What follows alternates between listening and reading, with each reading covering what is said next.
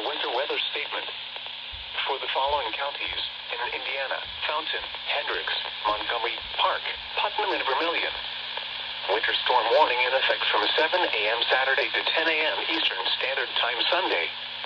Heavy snow expected. Total snow accumulations between 4 and 7 inches. The areas affected include portions of central, east central, north central, and west central Indiana. The hazardous conditions are expected from 7 a.m. Saturday to 10 a.m. Eastern Standard Time Sunday. The following impacts are expected. Travel could be very difficult. Additional details: confidence on amounts is lowest along the I-70 corridor. If you must travel, keep an extra flashlight, food, and water in your vehicle in case of an emergency. The latest road conditions for the state you are calling from can be obtained by calling 511.